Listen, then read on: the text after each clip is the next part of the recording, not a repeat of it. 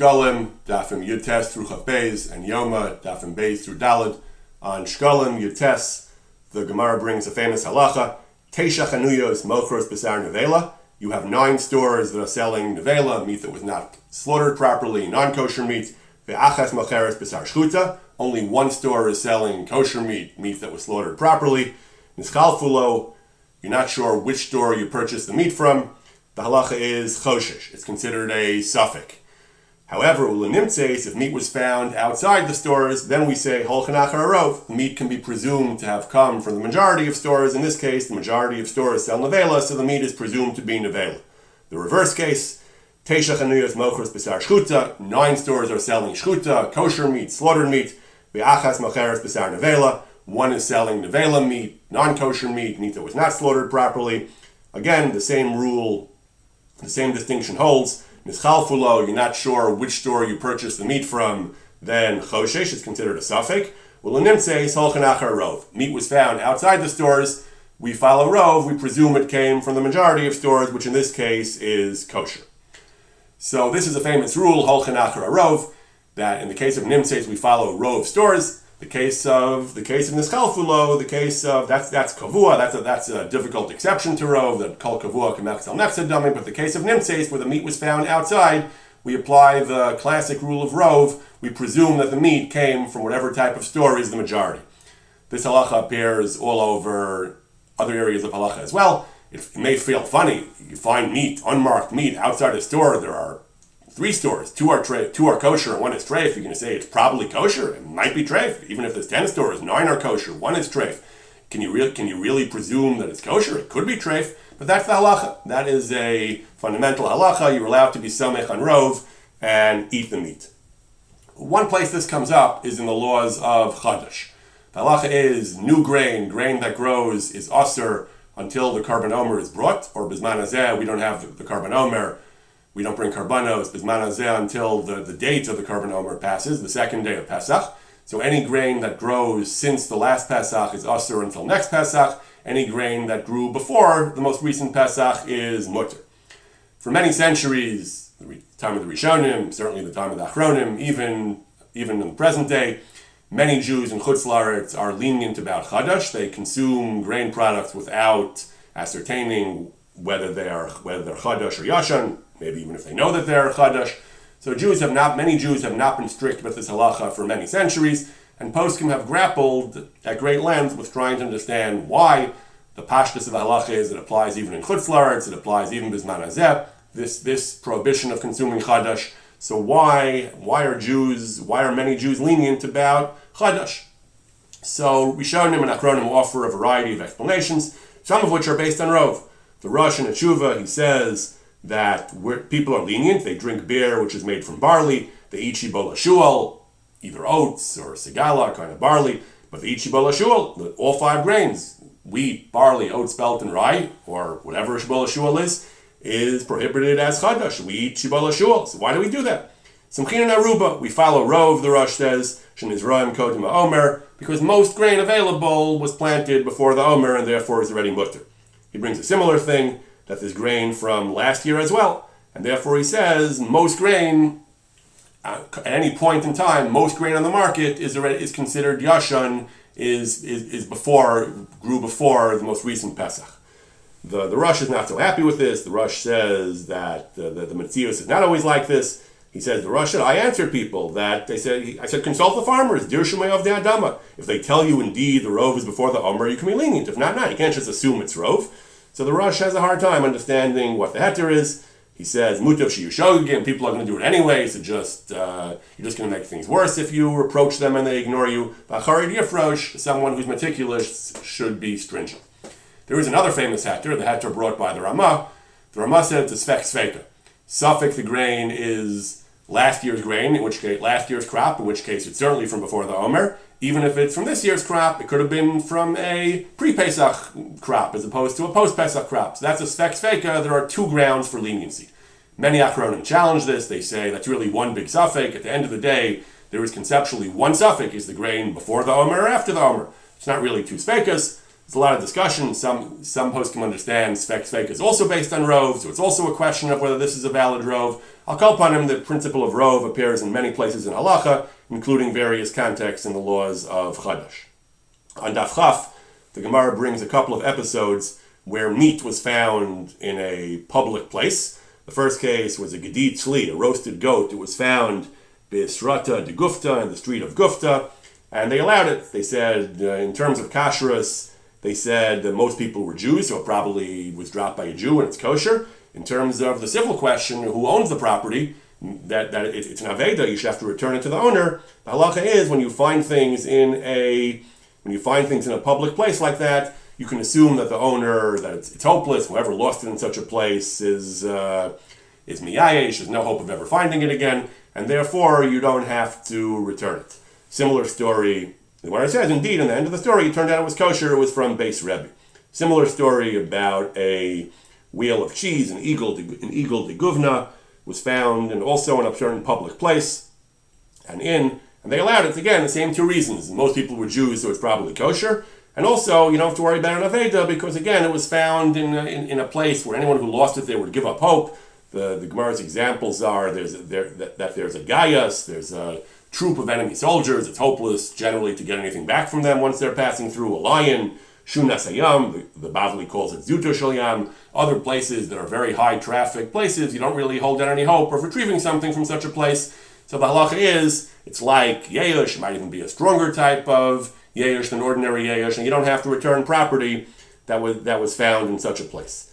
The Gemara, though, at the end of the sugya, says that it's not so simple. The Gemara says that Anocham Yen Rabbanan Makrizin. I saw Rabbanan who did try to give it back. They announced they had found it and tried to give it back, even though they found it in these kinds of public places. So they said, well, maybe you feel like that. You wouldn't take it if you found it in a public place. But Rabbi Yona Avuch, your father of Yona, he said, I look forward to finding things in places which are so public and full of yesh, so I don't have to return them.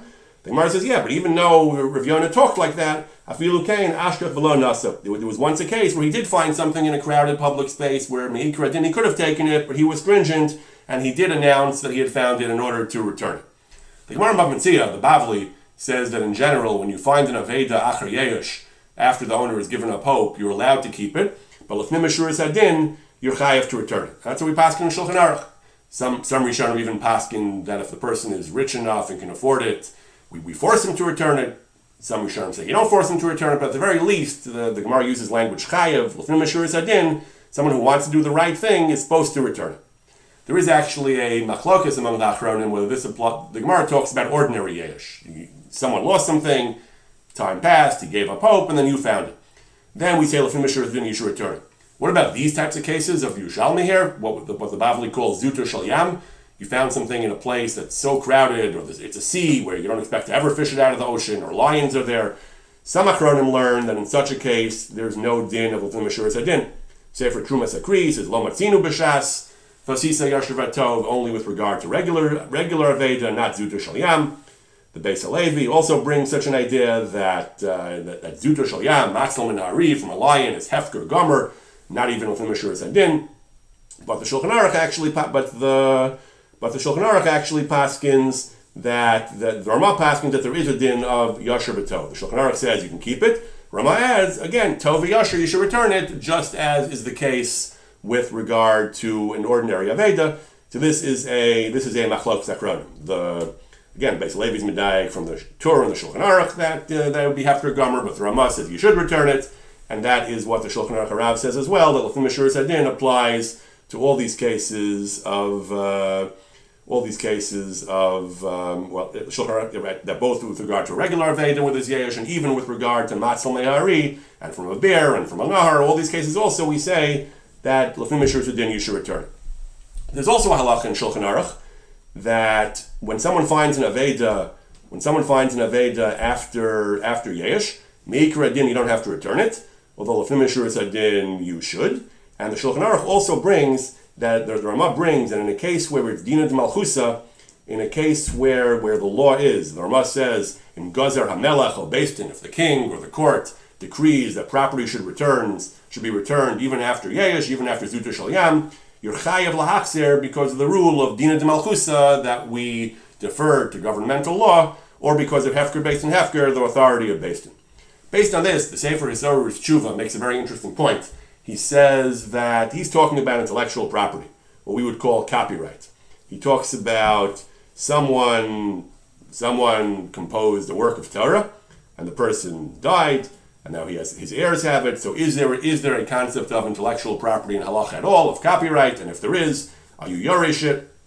So he says, one really could argue that certainly when it comes to heirs, they're not yoresh it, it's davar she'ein bo mamish. But he says the halacha is, when it comes to zutur shel yam, this din of the Argamar, of the Bavli and Bav Metzia, the halacha is we paskin tov v'yashar l'fnim yishur so din you should return it. And moreover, the Ramah says din malchus dina has to be followed.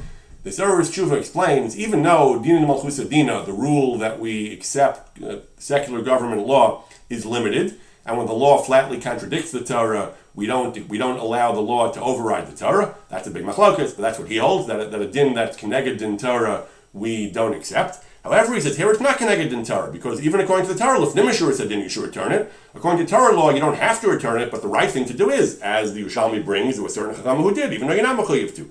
Therefore, the Hisorus Tshuva says that's the principle being espoused here by the Ramah. That in a case where, even though the Torah says you don't have to, but the Torah concedes that it's yashar, it's tov and yashar, and l'fnim yishur is then you should, in such a case, if the law is that you have to, then that law is binding, because the law is consistent with the Torah, even though the law is stricter than the Torah, but the law is not antithetical to the Torah. The Torah says you don't have to, but you should, and the law says you do have to, so such a law is binding, and the same thing, he says, applies to intellectual property. Even if we're going to argue, as some posts can do, that the Torah has no native concept of copyright, of intellectual property, but since it's something that is clearly yashar, he says that it very much is yashar, he says, and therefore Seichel tells you that, Yosher tells you that he should have a right to it. Therefore, we defer to the law. The law says he has a legal right, and we accept such a law. On Daf Chaf Aleph, the Mishnah talks about the parochas that they had in the Beis Hamikdash. Talks about how you tovel it. The Mishnah says that the Mishnah discusses how it was made, the dimensions of it. It gives the linear dimensions. Then it says it was made out of numerous threads. It was made out of 72 threads, 72 nimim, 72 strands of yarn. Each one was woven from 24 subthreads. And then it gives the linear dimensions again, and it says mishmonu mushtei ribo haisra nasis. It was made out of 82 10,000s. 82 10,000s what? Some say it means 82 10,000 coins. 82 10,000s of gold coins were spent on it. Some say 82 10,000s. The Rav brings that 82 10,000s of threads total. He brings the third shot. The Girsa was not Ribo, but Reish Beis Vav Aleph, which means 10,000, but it was Rivos, which means girls. We saw elsewhere the women used to weave the parocha, so it took 82 girls who would be involved in preparing the parochas. And then it says it was so heavy when they were tovel the parochas, they had to have 300 kohanim who would be tovel it. So the Gemara says that this Mishnah should not be taken at face value. The Gemara says that the 82 10,000 Saitanasis, so the Yerushalmi says Guzma, Gizuma. Again, it says that, brings another example, it says in the Mishnah about Tamid that there was a pile of ash on the Mizbech, they burned so much wood, so many karbanos, that there were 300 kur, a huge amount of ashes. Again, the Gemara brings an opinion that it was a Guzma or a Gizuma, that this is an exaggeration, there weren't really that many. Rambam in his commentary to the Mishnah says, everything about the parochas is Lashon Havai. Not sure what everything means beyond maybe these two parts of the Mishnah about the 82 10,000s or the number of threads or the 300 kohanim. So these things are gezuma. These things are exaggerated. In general, there are other Gemaras, there are other places where the Gemara talks about the idea of guzma. The Gemara talks about this idea that people say certain things, or Chazal say certain things, they didn't mean it literally. It wasn't, the Gemara says there were three places about the Mikdash where Chachamim spoke, B'Lashon Havai. There also it says that there was a Geffen Shel Zav, that in the Mikdash there was a vine, a Geffen made out of Zav, and it took 300 Kohanim to move it. That's also Guzma. Various cases of Guzma. In Lashon Chazal, it comes up in halachic context as well. In the Darim, there's a sugya about Nidre Havai, a person makes a certain type of neder, and even though it's technically a falsehood, it's not, his neder is not literally true. He makes a neder that he saw such a thing, which is a wild exaggeration. It can't literally be true. Nevertheless, the halacha is that it's not considered a neder or shvua shav, because people talk like that. Avidi inshi de mishdai hachi. People talk b'lashon guzma, so he's not lying. It's hyperbole. It's I had a teacher once. He used to say the most outrageous things, and when we'd call him on it, he would blurt out at us hyperbole. It's called exaggeration for emphasis, he would say. So yeah, it's an exaggeration. It's guzma. It's havai. It's not a lie, and the neder is not considered a false neder. So this is the way Chazal talked. The Maritz Chayes has an essay where he says there were certain numbers Chazal used to use which were code for exaggeration. He gives certain figures, certain round numbers of that were often used as exaggerated numbers. He says, and this is what we find in general in both in halacha as well as in the lashon of the Chachamim. On Daf Chaf Beis, the last daf, it says Musfei Shabbos and Musfei Rosh Chodesh. When they have to bring the karbanos, they have Musaf of Shabbos and the Musaf of Rosh Chodesh. Which one takes precedence? Musfei Shabbos Kodman. Shabbos has precedence over Rosh Chodesh due to a very famous Talmudic principle. Tadir, kol tadir mechavero, kodem eschavero. When you have two mitzvahs, the one that is tadir, that's more frequent, has precedence over the one that is less frequent. This comes up in many areas of halacha. One of the contexts is Sfiras HaOmer. Shulchan Aruch paskins that you count Sfiras HaOmer achar Tfilas Arvis, the second night of Pesach. After Tfilas Arvis, we count Sfiras HaOmer. Poskim in general bring this, that the mitzvah of Sfiras HaOmer, ideally it's done after Marav. And that's how shuls typically do it today. We say Sfira after Marav. Why not before Marav? So the Achronim give different reasons. Bir Halacha brings from Rav Yaakov Emden and Maruk Tzia, because in earlier generations they daven very early, sometimes even before nightfall, and it was too early to count Sfira. So therefore they daven Marav and put Sfira afterwards, because by the time they finished Marav it was already nightfall. Then the Mishnah Berurah says there's another reason. Chak Yaakov gives another reason.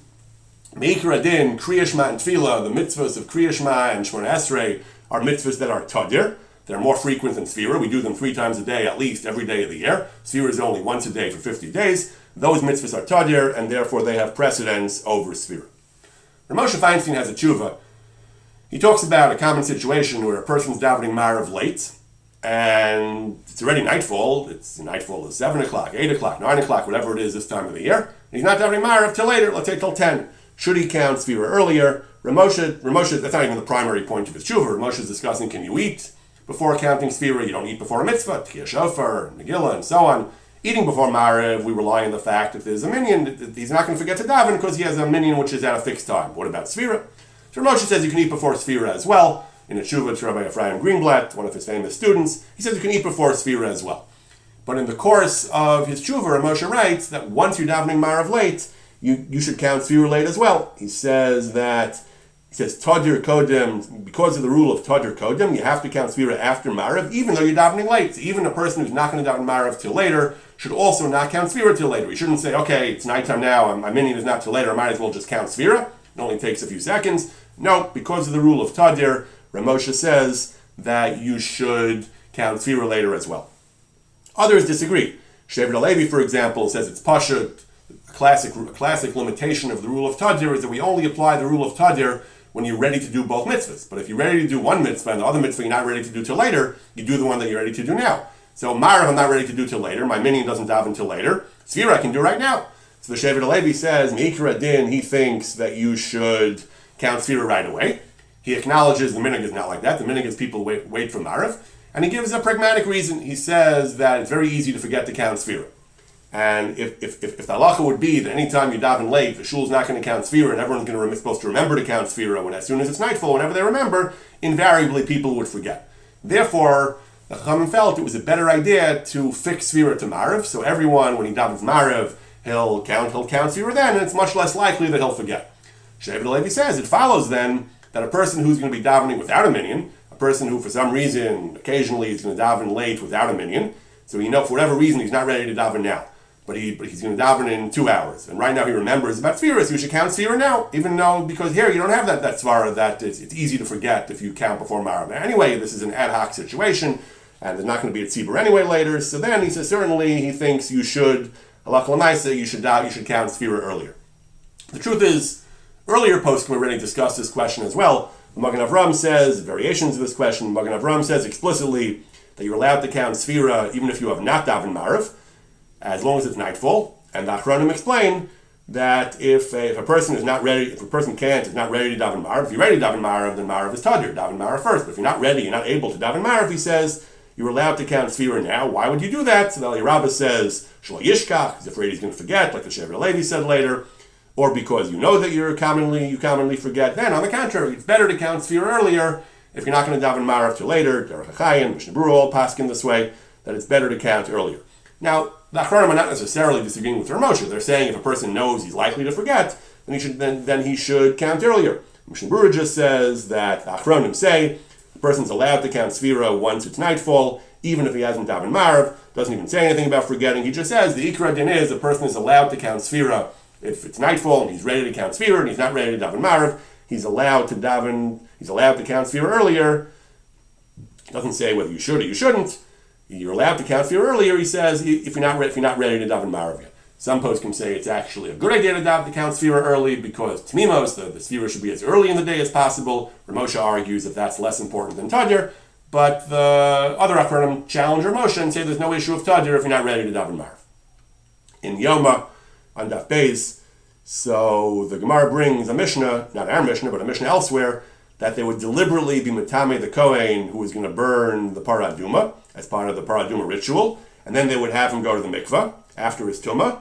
And why do they do all this? Lahotzin miliban shel tzedokin. The tzedokin, the Sadducees, were the great enemies of the Chachamim. They disagreed with them on a number of halachic issues. And the Chacham wanted to make a point. We paskin that a Kohen who's tamei and then goes to the mikvah and it's full yom is allowed to do the Parah Aduma. Tzedokin disagreed. They were stricter. They said you have to wait for Herav Shemesh. We want to show that we utterly reject their halacha, their interpretation, so we dafka engineer things that the Kohen is at full yom in order to show that we don't accept their halacha. There is a similar suggestion that floats around about lighting fire and having hot food on Shabbos. We don't actually know whether the Tzedokim used to have fire on Shabbos. The Gemara never talks about that. We have no independent source about that. But the Karaites, who were a later intellectual incarnation of the Tzedokim were around in the time of Chazal, in the time of the Beis HaMikdash. The Karaites were in the Gaonic period, 1,000 years later, in the time of the early Rishonim, or Ibn Ezra. The Karaites did refuse to have any fire on Shabbos. They sat in the dark and had cold food. Rav Sadia wrote an entire polemic against them. Ibn Ezra refers to this in his commentary, that the Karaites would refuse to have any fire burning in their house on Shabbos. And we, of course, of the Chacham, we reject that. We leave our Shalom Panan. We have the Neira Shel Shabbos we like. So some have actually suggested, it doesn't actually say anywhere in the Gemara that you make a bracha of Lahadlik Neira Shel Shabbos. That iconic act of lighting Neira Shabbos and making a bracha, the Gemara does say that you should have fire in your house on Shabbos. But it doesn't make it sound like Hanukkah where there's a bracha, a mitzvah to light. It just says make sure that there's light in your house on Shabbos. The bracha comes from the Gaonim, and some scholars have suggested that the reason Chazal made a bracha, made such a big deal out of it, or whoever made the minhag of bracha, the reason they instituted the bracha was as a demonstration, lahotzin miliban shal tzedukim. This appears in the writing of Isaac Hirsch Weiss. He was a controversial Maskilic historian, but this particular suggestion is not wholly unreasonable. It is possible, certainly, that we see in different places in Shas, Chazal did do things, lahotzin miliban shal tzedukim. They went out of their way to refute and to show our contempt and disregard for the practice of the tzedukim. And we actually find people point out a similar idea in one of the Rishonim. Rabbi Ephraim of Buna, he says, Rabbi Tam was once asked, how come we make a bracha on Sfiras HaOmer? Because it says, Yisfartim Lachem, you should count Sfira. But a woman has to count 7 clean days before she goes to the mikvah, and certain other kinds of people who are tamei. It also says they're supposed to count, and they don't make a bracha. Various Rishonim ask this question, why do we make a bracha on Sfiras HaOmer, but the other instances of counting, we don't make a bracha? So he says that he doesn't know what Rabbeinu Tam said. He wasn't told the answer, just the question, but he thinks the answer is as follows. In his humility, Lefi Katzichli, he says he thinks the answer is, the bracha was instituted lahotzin miliban shel tzedukim. This is one of the famous disagreements of the tzedukim and the chachamim. The Torah says you bring the carbon omer and you start counting sfira min macharas haShabbos, the day after Shabbos. The tzedukim understood that literally, that it refers to Shabbos Bereshis. You start on a Sunday always, regardless of when Pesach falls out. We say, of course, that it refers to the second day of Pesach, that you start counting on that has nothing to do with Shabbos Bereishis. It has to do with Pesach, and therefore lahotzi miliban shel tzedukim, we make a bracha on Sfira to emphasize this is how you do Sfira. This is when you bring the carbon. This is how you count Sfira, and we're going to make a bracha on it and show how important it is. Lahotzi miliban shel tzedukim, that they believed it was Shabbos Bereishis.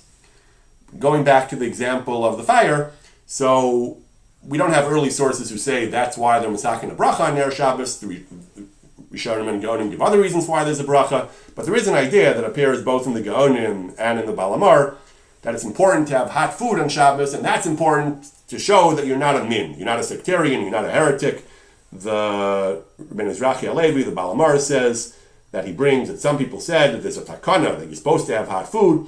Anyone who doesn't have hot food, we suspect him of heresy, we have to investigate, and we shun him, we treat him as a Jew not in good standing. Balamar himself is not entirely clear if he agrees with that extreme version of things. But we find the Gaonim said this. In the Shari Tshuva of the Gaonim, they said that there was a takana gedola to have hot food on Shabbos because of Oneg Shabbos. And Shabbos, it's tiknu chachamim. And they said that the chitzonim, Talmidei Baitus, that they had terrible ideas. They destroyed the Torah, and they made their bones rot, and they caused people to do things wrong. And they said that you're not allowed to have hot food on Shabbos. Tipach rucham, anyone who doesn't eat hot food on Shabbos, if that's why, because he's a sectarian, then he's worthy of excommunication, and he's a heretic, and we have to shun him, and so on. We have to investigate. If it's just because he's sick and he's not interested in hot food, or for other reasons, he doesn't like hot food, he's not interested, he doesn't have an appetite, then we don't have to give him such a hard time. However, we have to warn him. We have to tell him that be careful. Make sure that you understand that this is a crucial issue of dogma, and make sure that you're not sympathetic to the doctrines of the sectarians. On Daf Gimel, beginning with the end of Daf Beis, going on to Daf Gimel, the Gemara says Shmini is regel b'fnei atzmo. The 8th day of Sukkot is what we call Shmini Atzeres, is a separate Yom Tov with regard to 6 things. L'inyan, the acronym is Pazer Kashav. But for those 6 things, it's called regel b'fnei atzmo. What are those 6 things? So some of them in particular, regel atzmo, the reish of pazer is regel atzmo. That's not called sukkos, and it has a number of ramifications. Rashi says so. Some of them are the pei is payas, zayin is man. The reish is regel atzmo, as we said. It's not called Chag HaSukkos. And bracha, there are different shittas in the Rishonim. The base of kashav is bracha. What does it mean, letting in bracha? So the Rishonim bring a pshat, both here and in Sukkah. The Rishonim bring a pshat that it means that we say, we call it Shmini Atzeres. That Tosfos says that's bracha b'fnei atzmo damrina b'yom Shmini Chag Atzeres hazeh. We no longer call it Sukkos, we call it Shmini Chag Atzeres hazeh.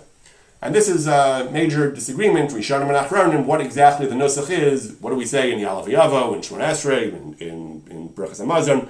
What do we say on Shmini Atzeres? Everyone agrees we don't call it Sukkos, but there are a number of different explanations for what we do call it. So the Torah says that we say, Vatitin lanu es Yom Shmini Chag Atzeres hazeh.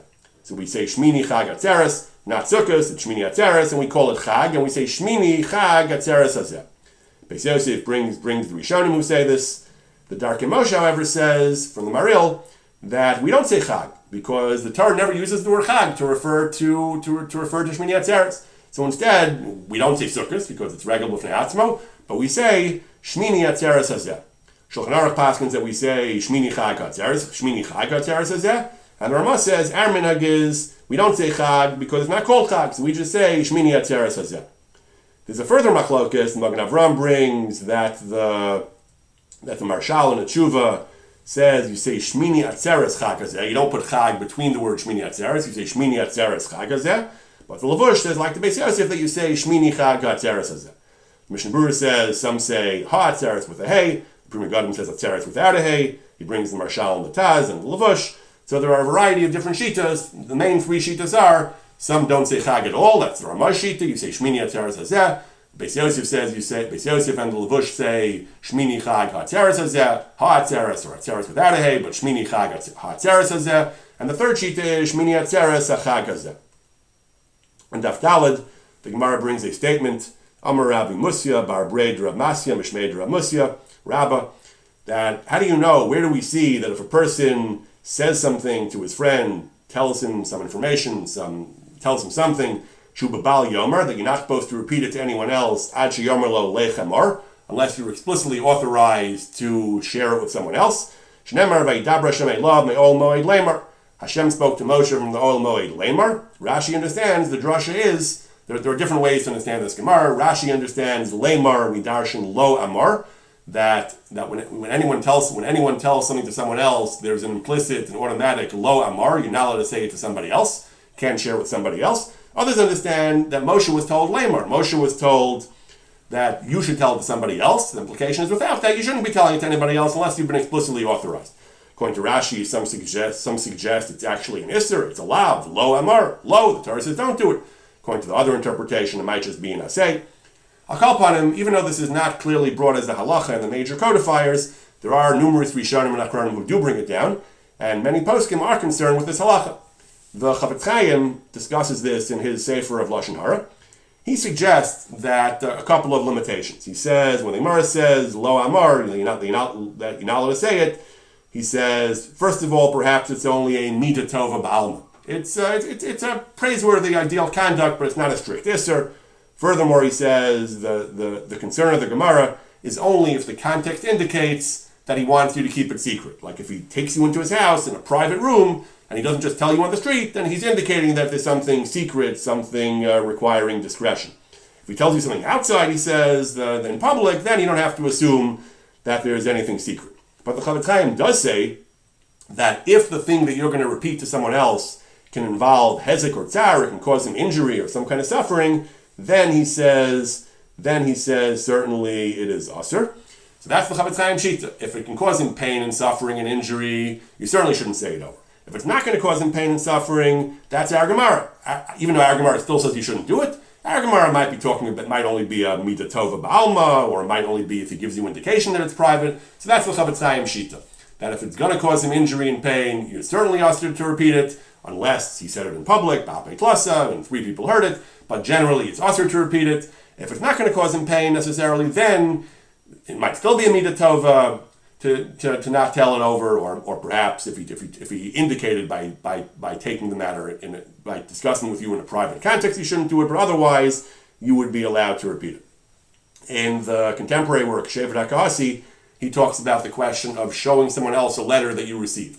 In general, there's a chaymer from Bein Gershom against intercepting mail, against reading mail not addressed to you. What if you are the recipient and you want to pass it along to somebody else? In today's day, we have carbon copy and BCC on email. It's trivial to do that, to forward things you get.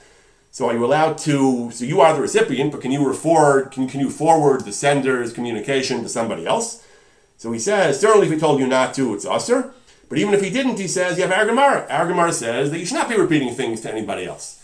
He assumes, the Shevet HaKahasi seems to assume that our Gemara Gufa is talking about where there is some possibility of injury or some kind of harm that could be caused to the sender. He brings our Gemara and he says that's where the Rambam got the halacha from, that if it's going to cause him hezek begufo b'mamono, then it's asur. The Chavetz Chaim seems to understand those are two different dinim, that hezek is one din. Our Gemara thought, well, there's no hezek and it's only a midah tova, or it's only if he indicates that it's private. Shevet HaKahasi lumps it all together and says there's an isser gomer, at least if it's something that is likely to cause hezek. He brings that they bring in the name of the stipler, that they asked him once, are you allowed to show a letter you received to somebody else? And he said, yes, as long as the recipient is the one doing it or gives permission, you're allowed to show the letter to somebody else. You have to say, that's talking about where there's no reason to assume that any harm would come to the sender, but otherwise it certainly would be awesome. Post can debate this further. In the She'iltos, he says that our Gemara's idea that you shouldn't reveal a private communication, he says it's a nidnud, it has an aspect of Lashon Hara and Rechilos. The Maria Assad talks about, our Gemara says you shouldn't say it verbally to anybody else. Are you allowed to write it to somebody else? Forwarding the email, the example we gave earlier. So he says, maybe it depends. According to Rashi, that the Isser is Lo Amar, you can't say it. If you're not saying it, if you're just going to write it, maybe Ksiva is not always Kedibur, so he's not sure. According to the Sheiltos, it's a question of Lashon Hara and Rechilos. Lashon Hara and Rechilos is certainly Aser, even if it's even Baksav. So poskim debate that. The poskim debate a variety of other questions. Poskim discuss, can you record somebody else without permission? The states have different laws about that. Rabbi Menashe Klein in Mishnah Halachos says that it might depend on this discussion. If it's that he says it's a violation of Lo Amar. If you're going to record it and if you're going to record it to play back for someone else, so even writing, the Maria Sad said that even writing is also according to at least some poskim. So you shouldn't record it and play it back. And recording it for yourself, he says that that might not be a problem. The problem is only sharing the secret with somebody else. Recording it for your personal notes might not be an issue. The post can discuss whether this applies to Divrei Torah. Can you share Divrei Torah that were told to you in confidence with somebody else? Our Gemara is talking about Torah. Our Gemara says we're talking about Hashem's communications with Moshe, which were Divrei Torah. And still the Gemara indicates Moshe would have had no right to reveal it, and Hashem not authorized him to do so. So some say that no. It only applies to ordinary things, but Divrei Torah. Some posts can nevertheless say that it is does not apply to Divrei Torah, especially because of what we said earlier, that the prohibition is because revealing the information may cause harm. According to those who understand, that's what our Gemara is talking about, or that's really the Isser, that we're talking about causing harm. And the Chavetz Chaim says we're not talking about causing harm because you can't cause harm to Hashem. When our Gemara says that there's an Isser of Lo Amar, Lo Shayach to cause Tzara Ezek to HaKadosh Baruch Hu, brothers understand that the primary Isser, even if it's learned from this pasuk, the primary Isser is limited to information, like the Shevet HaKatzi says, that will cause harm. Divrei Torah are not generally going to cause harm to the person whose Torah you're sharing, and therefore the prohibition of Lemar, of Lo Amar, would not apply, some say, to disseminating Divrei Torah.